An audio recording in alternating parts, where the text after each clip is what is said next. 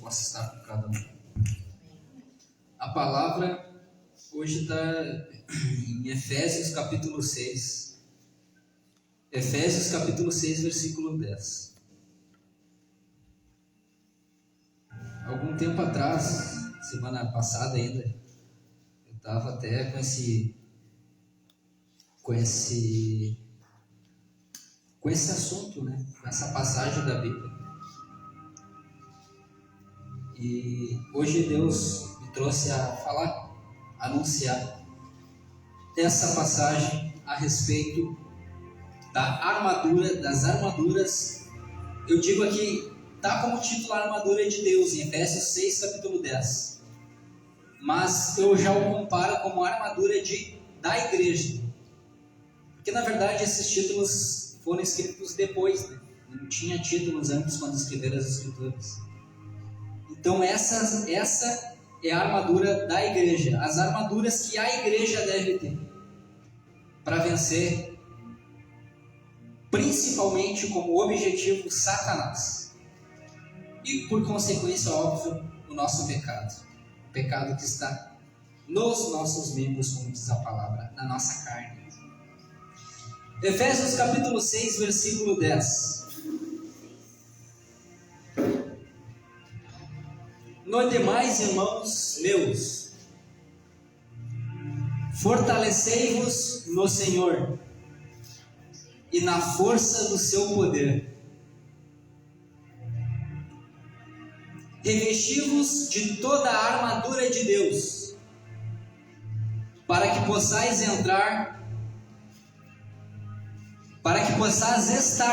firmes contra as astutas ciladas do diabo.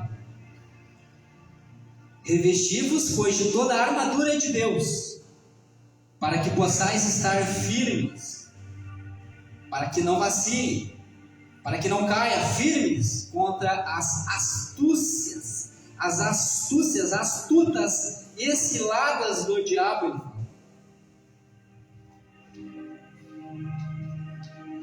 Versículo 12. Porque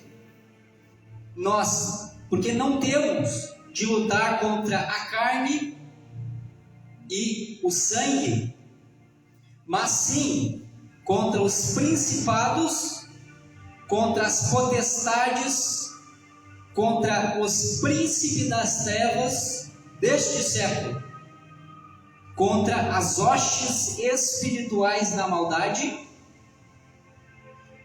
E hostes significa forças, contra todas as forças espirituais na maldade, nos lugares celestiais.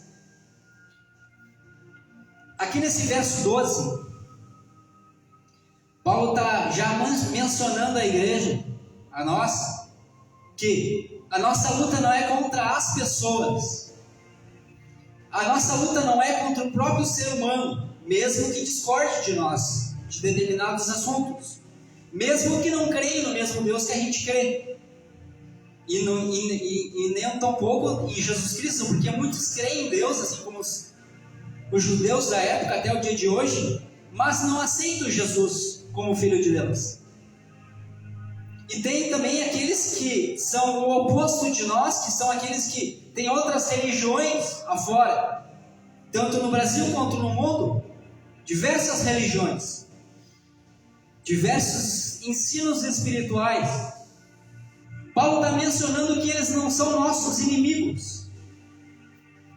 Pelo contrário, a palavra nos ensina que se a gente não amar o nosso próximo, a gente não ama Deus, a gente não conheceu a Deus.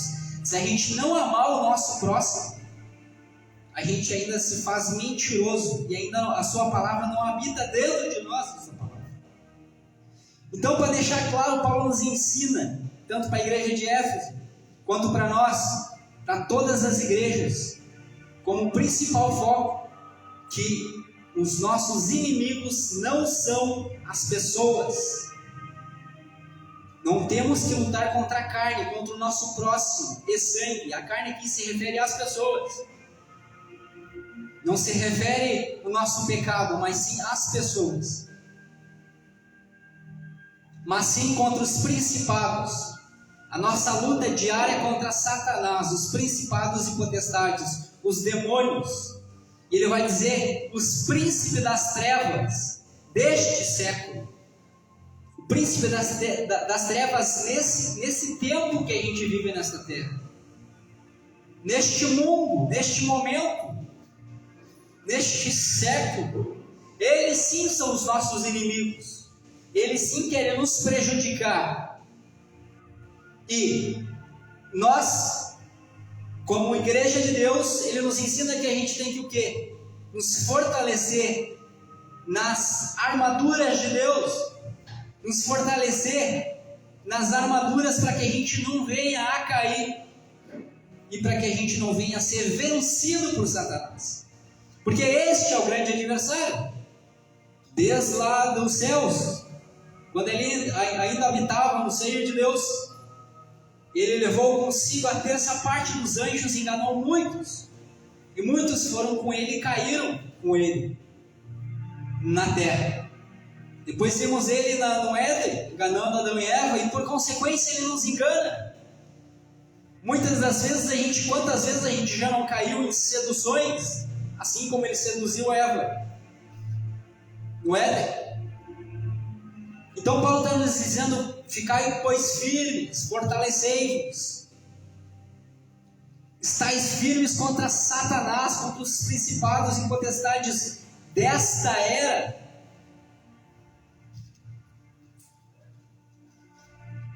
Contra João, capítulo 28 e 24 vai nos ensinar que aqui ele vai nos dizer nos lugares celestiais, contra as forças espirituais da maldade, nos lugares celestiais. A gente sabe que a Bíblia leva a gente muito para o fato de celestial ser os céus. É óbvio, é os céus. Mas também a Bíblia nos dá algum fato de que o lugar celestial também é lugares onde a gente não enxerga aos nossos olhos. São o invisível. O celestial também está nesta terra, nesta atmosfera, porque ele vai dizer, contra as hostes espirituais da maldade nos lugares celestiais. A nossa luta é contra eles. Eles estão aonde? Aqui. A nossa luta é contra eles aqui. E a nossa luta é uma luta espiritual, ele vai nos dizer. Não é contra a carne, não é material, não é física, é espiritual. Ele nos ensina. É algo que a gente não enxerga, mas a gente faz segundo a vontade de Deus e Ele trabalha segundo as nossas orações. Segundo as nossas orações, Ele manda isso ou aquilo. Ele estende a sua mão, Ele manda que os seus servos, os seus anjos, batalhem contra nós para nos defender contra Satanás, contra os seus demônios, porque eles estão sempre fazendo uma arapuca, eles estão sempre fazendo um planejamento para derrubar a igreja de Cristo. Muitas igrejas já caíram e caem na sedução de Satanás, com muitas coisas deste mundo, com muitas ciladas, com muitas prazeres deste mundo, com muitas seduções que atraem os olhos, que atraem o paladar, que atraem o nosso corpo. Então Paulo está nos ensinando que vocês possam estar armados contra Satanás, contra o príncipe da atmosfera, deste século, deste tempo, porque como diz a palavra, lhe resta pouco tempo contra a igreja do Senhor. Ele sabe que tem pouco tempo para batalhar e pelejar contra a igreja de Cristo. E a intenção dele é que quando ele vai e destrói as igrejas, ele já sabe, aqui não precisa mais, aqui eles já estão no caminho errado, aqui eles já estão se curvando a mim, agora eu tenho que atacar aquela ali, agora eu tenho que atacar aquela outra. Seguinte, vocês aqui, ele diz para os seus demônios, é assim que ele trabalha, é assim que Deus trabalha com seus anjos, e ele é um príncipe deste século, ele é o reino, vamos dizer assim que o reino está nas suas mãos neste tempo presente. Está nas suas mãos no sentido em que Deus permitiu que o mundo fosse enganado por ele. Deus permite que Satanás engane, porque Deus quer saber quais são os eleitos dele. Deus quer saber aqueles que o amam. Deus quer saber aqueles que buscam ele por amor, dependente da situação em que vive, dependente da situação, se está, como diz a palavra, sendo perseguidos ou não. E Jó 28,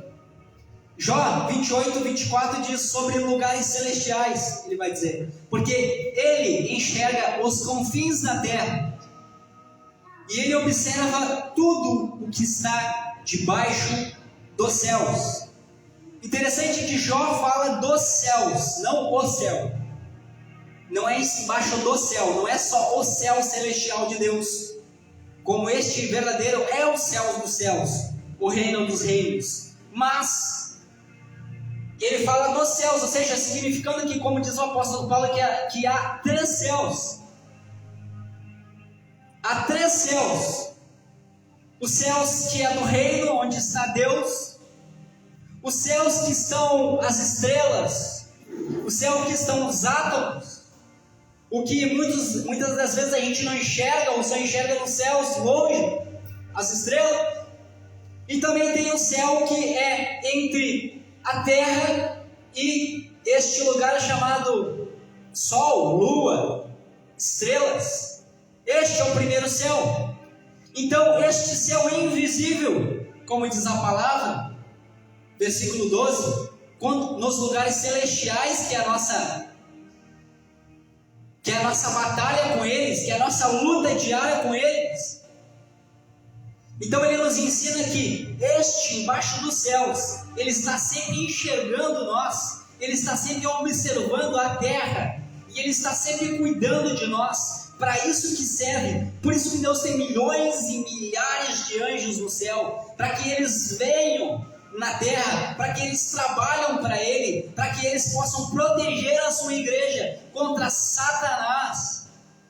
Deus deu a liberdade de Satanás poder enganar o homem. Deu o poder. O próprio Jó é testemunha disso. No livro dele, a Bíblia diz que Satanás chegou perante Deus e falou que Deus chega e fala para ele: olha, tu viu como é meu servo Jó? Homem íntegro, se desvia do mal. E Satanás diz para ele que, como que ele não pode ser? Tu deu tudo para ele, por que ele vai te blasfemar? Então Deus diz: então vai lá e faça isso. E Satanás foi. Quando Satanás foi, ele foi enganando. Você conhece a história de Jó? Deus permitiu que Satanás pudesse, vamos dizer assim, enganar Jó, tentar forçar Jó a ficar contra Deus. Deus permite o mal nesta terra. Deus permite Satanás. Por isso que ele não destruiu Satanás ainda, porque Deus quer saber aqueles que o amam. Deus não quer fazer pessoas como robôs. Deus não quer obrigar as pessoas a amar Ele. Por isso que Ele botou dois frutos no meio do jardim do Éden: a árvore do conhecimento do bem e do mal e a árvore da vida. Perceba que Ele botou as duas árvores no meio do jardim, uma próxima à outra, creio eu. E quando eles fossem comer a árvore da vida, Adão e Eva, eles automaticamente viam, provavelmente, a árvore do conhecimento do bem e do mal. Então Deus estava já mostrando para eles, e sempre dizendo: vocês não devem comer daquilo. Mas Deus já colocou aquela árvore ali para saber aonde estava o coração do homem. Será que o homem também tem o coração de Satanás? Porque Satanás enganou os anjos do céu, e por orgulho ele desceu dos céus, e por mentira ele desceu dos céus, que foi os dois maiores pecados dele. Então Deus queria ver se o homem também fosse igual a Satanás. Ele não queria e não quer pessoas que buscam Ele por medo, não quer que buscam pessoas a Ele por coisas que vão ganhar, assim como na história de Jó, mas que buscam Ele por amor, mas que possam conhecer o seu amor também. Temos também mais versos, no verso 12, 1 João capítulo 5, Versículo 8 diz: são 3 os que testificam na terra a respeito dos lugares celestiais, a nossa briga contra eles, a nossa briga espiritual. São 3 que testificam na terra, diz a palavra: o Espírito, a água e o sangue. E os três são unânimes num só propósito. Os 3 são num só propósito. O Espírito, que representa o Espírito Santo na terra. A água, que representa o novo nascimento, o batismo. Então, no caso, o Espírito Santo, que representa o Espírito dentro de nós, para ter força para lutar contra eles, porque sem o Espírito a gente não tem força e a gente vai cair. A água, que representa o novo nascimento. Então, para você ver, o Espírito Santo, como diz aqui, representa a luta contra eles, como o pastor estava citando no início do culto, que eles sabem, aqueles que têm o Espírito Santo, e sabem que eles não conseguem, mas mesmo assim eles estão armando arapucas para derrubá-los. Então, o Espírito, ele nos ajuda, ele nos fortalece nas batalhas contra ele. É o foco principal. Sem o Espírito a gente não tem a vida e não tem força. Então o Espírito é uma testemunha, não para nós, porque o ser humano não vê quem tem ou quem não tem o Espírito. A gente só consegue ver através dos seus frutos, como diz Jesus Cristo. Mas o Espírito Santo, os Satanás, os demônios, aqueles que o seguem e aqueles que ele ensina a maldade, esses eles enxergam aqueles que têm a essência de Deus. Então, no mundo espiritual, eles sabem aqueles que estão armados contra eles. Esse é o Espírito que a palavra está nos dizendo. E a água? A água é um testemunho. O batismo, o novo nascimento, é um testemunho público para o mundo. É o nosso testemunho quando a gente vai se batizar nas águas, para testemunhar para o mundo, para aqueles que estão vendo que nós aceitemos o Espírito na nossa vida, ou seja, nós aceitamos Cristo. Então a água dá testemunho externo, a água dá testemunho simbólico externo. O Espírito é um testemunho interno. E os demônios também veem isso, tanto espiritual quanto externo, contra as águas, quanto o testemunho do novo nascimento. E o sangue? O sangue representa que o Espírito que está dentro de nós, a água em qual nascemos de novo, representa o sangue que nós cremos neste sangue. O sangue representa a crucificação, a morte de Jesus. O motivo no qual o Espírito está dentro de nós e o motivo no qual a gente nasceu de novo. São esses os 3 que testificam na terra.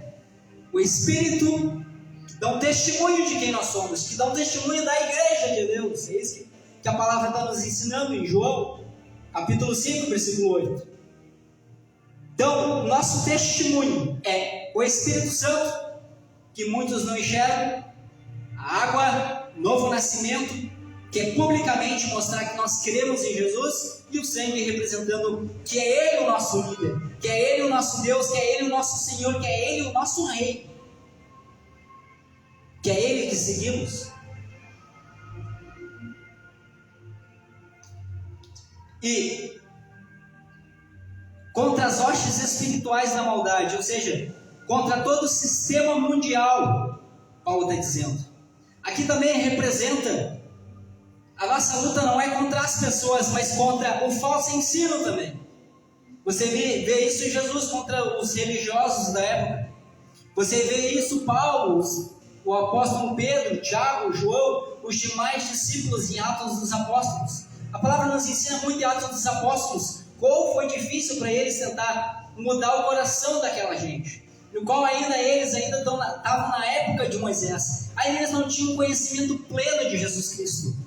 E ainda a palavra diz que Pedro e os discípulos, eles colocavam a mão sobre as pessoas e o Espírito descia sobre elas. Mas muitas das vezes a palavra diz também que depois eles queriam voltar a fazer as mesmas ordenanças de Moisés, a voltar à lei, a voltar a circuncidar, a voltar a fazer sacrifícios, a voltar a usar coisas da lei, ritos da lei.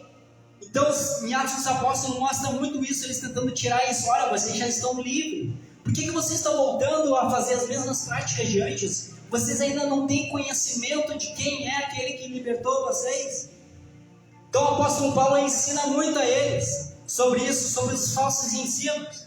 Falsos ensinos no sentido em que, não que a lei era um falso ensino, mas a lei era para aquele determinado tempo, para aquela época, porque ainda não tinha vindo o Filho de Deus. Ainda eles estavam sob um tutor, ainda eles estavam sendo guiados externamente, porque o Espírito ainda não tinha descido sobre a terra, e eles não tinham a essência de Deus dentro deles. Como diz a palavra que nos últimos tempos imprimirei as minhas leis dentro deles, não mais externos, não mais em tábuas de pedra, mas nos seus corações eu imprimirei. Então ainda o povo precisava de um guia, até que viesse aquele que é Jesus Cristo, para morrer por nós, para que depois viesse a promessa do Espírito, e agora nós temos a promessa do Espírito, e agora a gente tem força para lutar contra as coisas da lei. Mas como diz Paulo, não que a lei seja pecado, mas a gente não conseguiria ser justificado pela lei, porque a gente não tinha o Espírito, e a gente não tinha, obviamente, Cristo, que por consequência veio o Espírito. Então a nossa luta também é contra o sistema mundial deste mundo, o que nos leva às trevas, contra todo o sistema de religioso, contra todas as trevas, todo esse sistema deste mundo, toda essa religião deste mundo. Todos eles estão sendo enganados, todos eles estão sendo arquitetados, planejados por Satanás contra nós, e automaticamente, sem querer entender ou sem querer compreender, eles estão sendo enganados por Satanás. Eles estão sendo enganados pelo diabo, o sistema religioso. Contra todo o sistema religioso, contra a falsa doutrina, falso ensino, falso evangelho, contra a idolatria, por exemplo, os falsos ensinos espirituais, as práticas religiosas, os ensinos externos, tudo isso é coisa satânica, tudo isso é coisa do diabo. Porque a palavra nos ensina que Jesus Cristo, como os fariseus mesmo vai dizer, que eu bem sei que tu não olha o externo do homem, tu não olha a aparência do homem. Jesus ele sempre confronta eles e vai dizer ainda para eles que quando ele estava comendo com os seus discípulos, eles dizem, aqueles religiosos dizem assim para Jesus, olha, e aí eles estavam comendo espigas de milho e ele diz assim, era num sábado, que vocês não podem estar comendo, vocês não podem estar trabalhando num dia de sábado colhendo espiga para comer. Vocês estão contra a lei de Moisés. Vocês estão errados na lei. E Jesus diz para eles que o que entra na boca do homem, o que entra pela boca do homem não é o que contamina o homem, mas sim o que sai e procede do seu coração. É isso que contamina o ser humano. Então Jesus estava mostrando para eles, olha, vocês só enxergam a aparência externa do homem. Vocês julgam segundo as suas tradições, vocês julgam segundo a aparência externa do homem, mas vocês não conhecem os corações do ser humano. Eu conheço o coração deles e sei quem está voltado a mim e se prostrando a mim, e eu sei que aqueles que se arrependem, e eu conheço vocês, e eu sei que vocês não têm arrependimento, porque vocês não vão a mim, vocês não vêm a mim. Isso significa que vocês não têm vida, vocês só enxergam externamente, mas eu vim e trago uma doutrina diferente da de vocês, a doutrina íntima, a doutrina do coração, onde ninguém enxerga, somente Deus. Esses são os falsos profetas, como diz a palavra, os falsos ensinos, os falsos mestres da lei.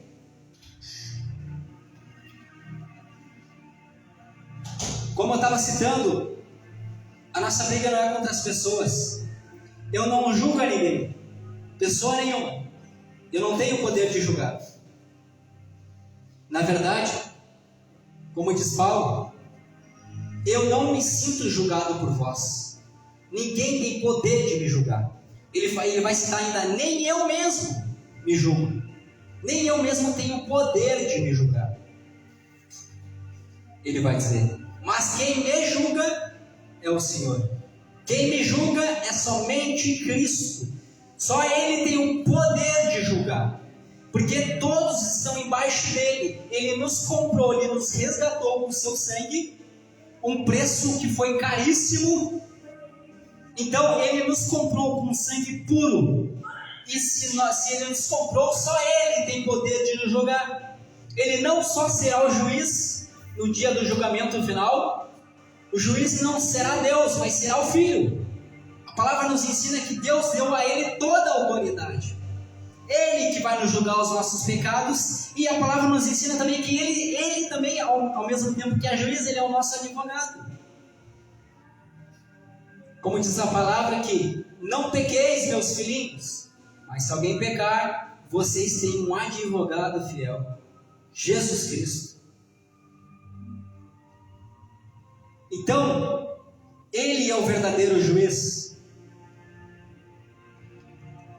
Então eu não tenho poder, não estou julgando ninguém mais os falsos ensinos para que as pessoas, para que elas enxergam, para que elas vejam qual é o propósito de Deus na vida delas.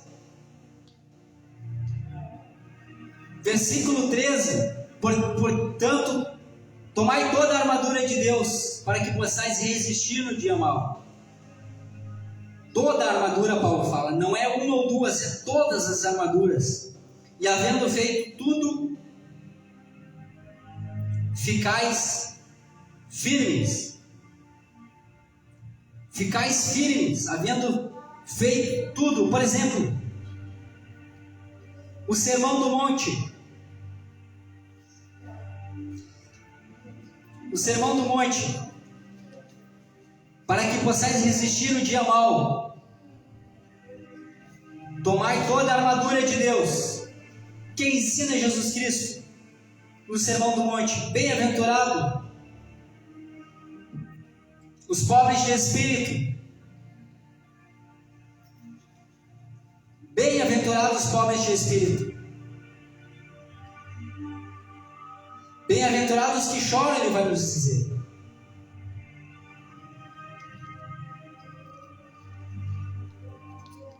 Eu vou abrir para ficar mais completo exatamente o que Jesus nos ensina.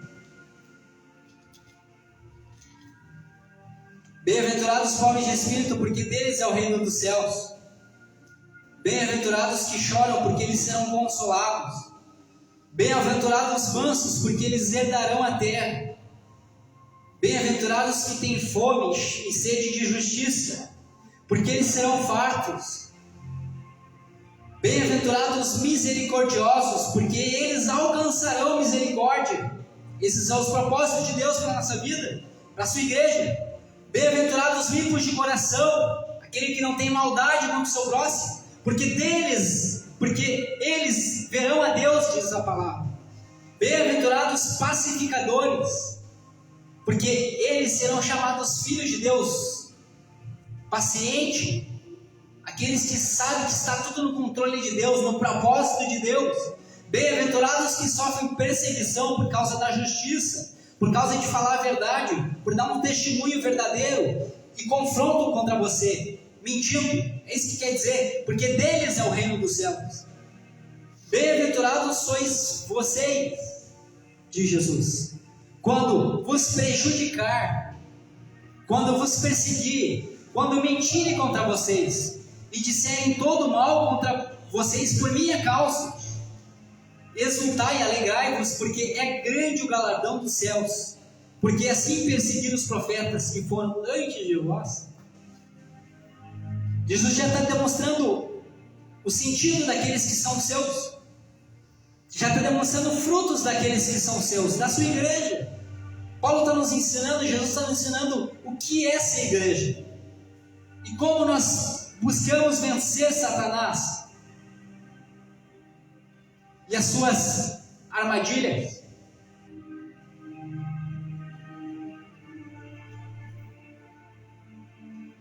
Verso 14: estais, pois, firmes. Aqui começam as armaduras de Deus. Estais, pois, firmes, tendo cingido os vossos lombos com a verdade. Tendo cingido os vossos lombos com a verdade. Os vossos lombos significa que deixe uma cinta, um cinto em volta da sua vestidura. Coloque um cinto. Essas são as armaduras espirituais. O cinto, que representa a verdade. As vestes, que representa, como diz aqui no verso 13, 14, a justiça. A nossa veste, por exemplo, um soldado tem as suas vestes. Então, espiritualmente, a gente não enxerga, mas nós temos uma roupa espiritual, temos que representa a justiça de Deus, temos em volta o nosso cinto, que representa a verdade,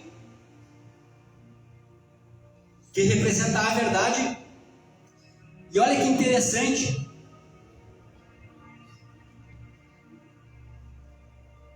está escrito, olha que está escrito em João 16, 6. Antes, porque isso vos tem dito, o vosso coração se encheu de tristeza. Jesus está anunciando. Todavia digo-vos que a verdade que vos convém, que eu vá sobre a justiça, para entender melhor a justiça, que eu vá, porque se eu não for, o Consolador não virá a vós, mas se eu for, eu vos enviarei. E quando ele vier, olha o que o Espírito vai nos ensinar, ele vai convencer o mundo do seu pecado, da justiça e do juízo. Ele vai nos convencer do pecado, da justiça e do juízo. Esse é o propósito do Espírito. Do pecado, ele explica, do pecado porque não crê em mim, da justiça porque vou para o Pai e não me verão mais, do juízo porque já o príncipe deste mundo está julgado, do pecado porque não crê em mim. Então significa que ele vai nos ensinar, ele vai nos convencer que somos pecadores. Por isso que ele diz do pecado porque não crê em mim, porque ele vai nos convencer assim, para que a gente possa crer. Ele vai fazer o oposto. Vocês não creem em mim por consequência do pecado, é isso que está dizendo Jesus, mas ele vai mostrar para vocês quão pecadores vocês são, e ele vai esclarecer que vocês são pecadores. Este é o primeiro passo, esse é o primeiro convencimento do Espírito.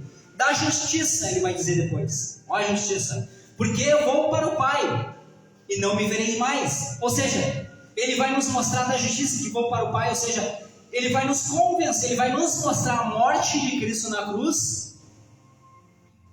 Ele vai primeiro mostrar que somos pecadores, depois ele vai mostrar a morte de Cristo na cruz, que a gente possa sempre lembrar do qual a morte dele nos deu vida, e da justiça porque eu vou para o Pai, no sentido em que, olha, ele morreu, mas ele vai nos mostrar, olha, Jesus Cristo morreu, mas ele ressuscitou e ele foi para o Pai. Ou seja, ele levou consigo os nossos pecados, e o seu pecado, como diz a palavra, Deus se agradou de Cristo porque ele não pecou, e assim ele deu a ressurreição ao seu Filho por intermédio de que Jesus não foi contaminado pelo pecado, mas levou consigo os nossos pecados. Então ele vai nos convencer e vai nos mostrar, olha, eu ressuscitei. É como se Jesus falasse assim, vocês todos estão mortos, todos vocês estão mortos, mas eu vou vir no mundo de vocês, eu vou viver a vida de vocês como homem, mas eu vou morrer sem pecado, vou levar comigo os pecados de vocês e vou morrer a morte de vocês, mas eu ressuscito, e quem crê em mim ressuscita comigo também. Esse é o objetivo do Espírito. Ele nos convence da ressurreição de Cristo e de nos mostrar que o nosso reino está lá. E Ele está lá, o nosso rei está no seu reino, esperando aquele, o quê? A sua noiva, os seus filhos. Então Ele vai nos convencer do pecado, da morte de Cristo, da ressurreição de Cristo. E, por fim, aqui Ele vai nos dizer, e do juízo, da justiça e do juízo. Por quê? Porque o juízo, porque já o príncipe deste mundo, deste tempo, no caso, deste mundo, deste lugar que a gente convive, já está julgado. Ou seja, Satanás perdeu para Jesus Cristo ali na cruz. A Bíblia diz que ele venceu não só a morte, mas ele estava sobre si, ele ganhou as chaves do inferno. E também ele recebeu as chaves da vida. Porque ele, como ele mesmo vai dizer, que eu tenho poder para dar vida a quem eu quero, e eu tenho poder de julgar a quem eu quero. Então, sobre Jesus, em Jesus, está todo o juízo. Deus deu todas as coisas na mão de Cristo. E Satanás já está o quê? Já está julgado.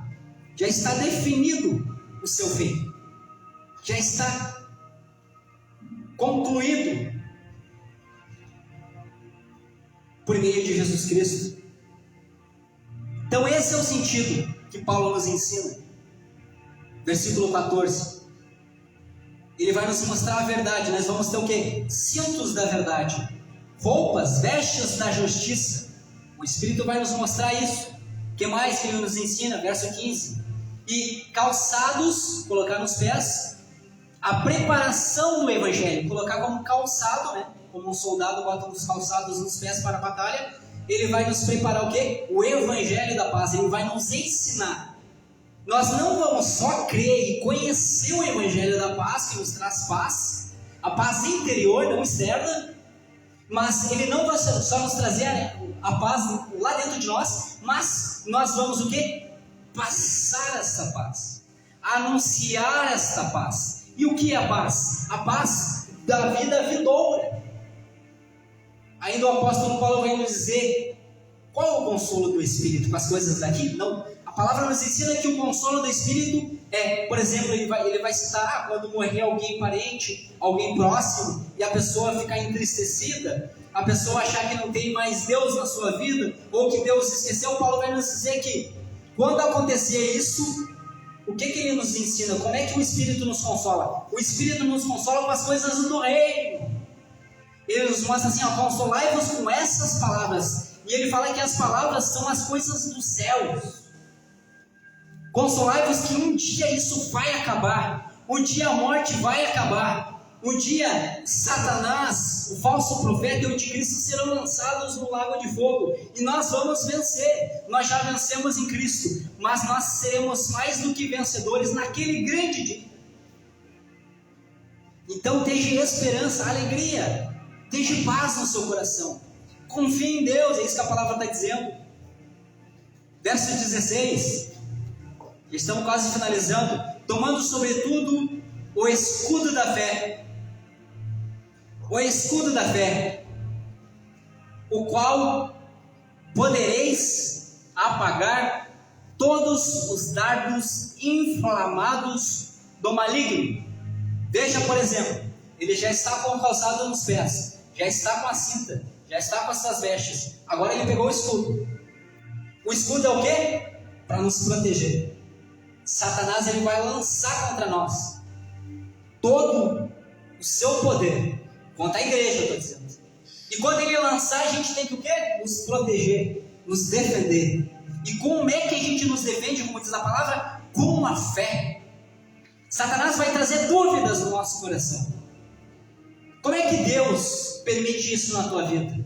Olha o que tu está passando. Será que Deus existe mesmo? Tu viu que o teu parente morreu?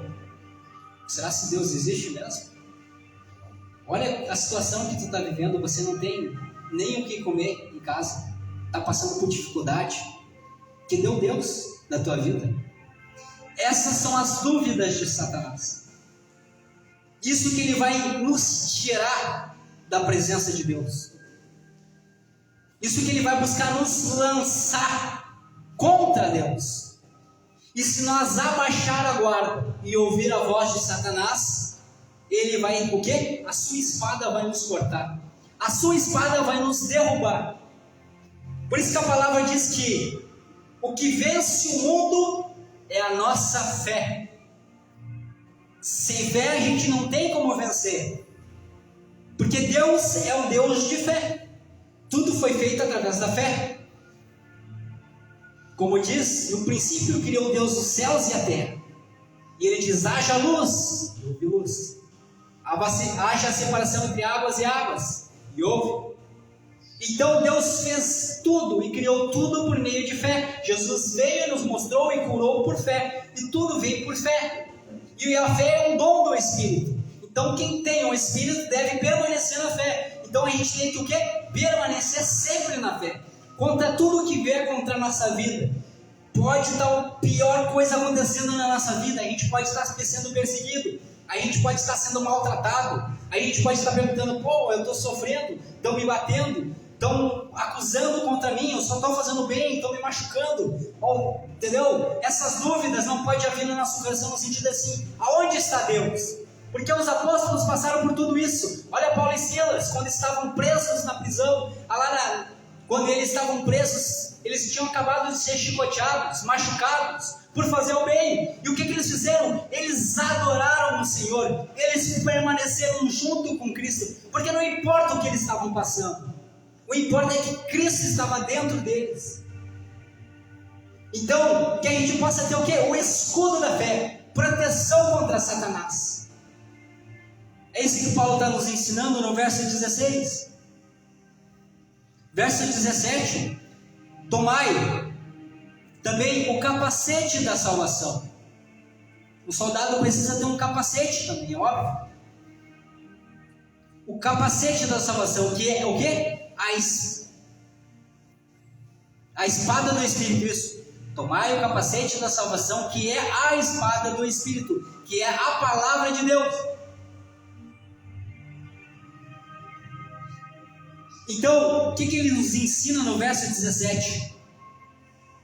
O mais importante, para nós ter todas essas coisas, a essência principal, o Espírito Santo, a espada do Espírito, um capacete que nos proteja, que nos guarde, e também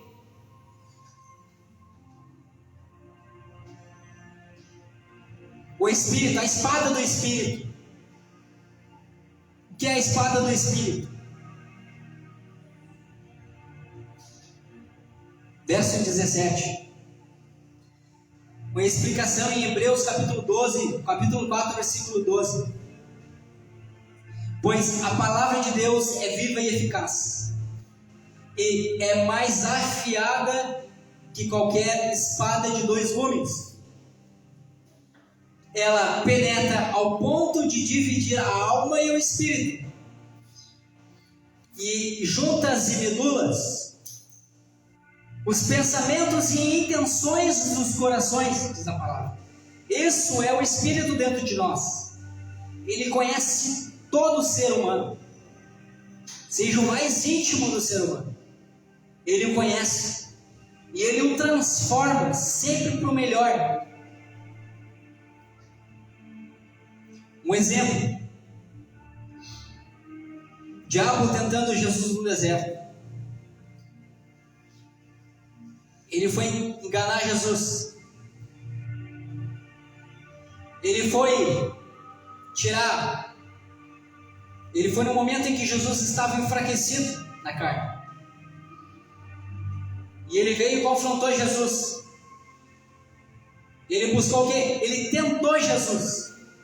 E Jesus estava cheio do Espírito.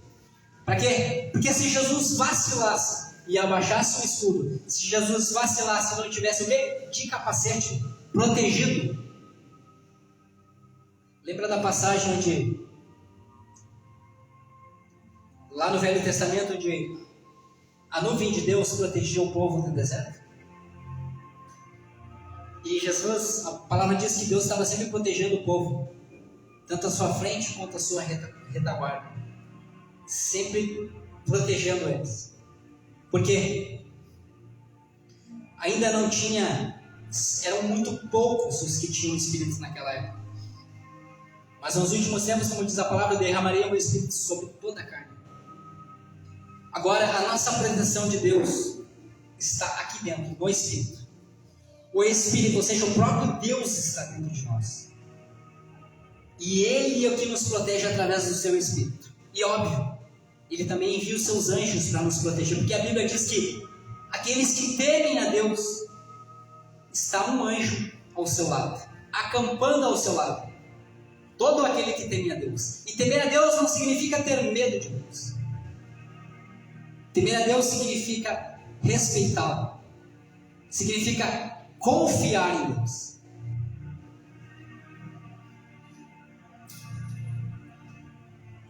Verso 18. Orando em todo o tempo, diz Paulo, com toda a oração e súplica, no Espírito, e vigiando nisso com toda a perseverança e súplica por todos os santos. Significa pedido feito. Súplica significa pedido feito com humildade. Orando com humildade no Espírito e vigiando nisso com toda a perseverança. Vigiando significa orar sempre.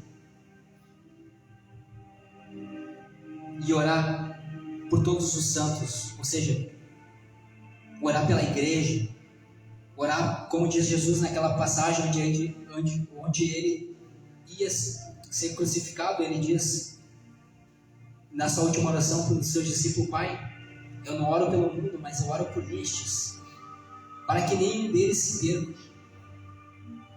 Livra-os do mal. É óbvio que a gente tem que orar pelo mundo também, como diz a palavra, o apóstolo Paulo nos ensina. Mas aqui nessas cartas, aqui nessa passagem, ele está nos ensinando aqui, a igreja precisa de oração. A igreja precisa o quê? De força. A igreja precisa uns dos outros em oração. Pelo qual também sou embaixador, ele diz no verso 20. Embaixador. Embaixador significa cristão que leva a mensagem de Cristo. Pelo qual também sou um cristão que leva a mensagem dele. Em cadeias, ele está dizendo. Ou seja, eu estou preso, ele está dizendo.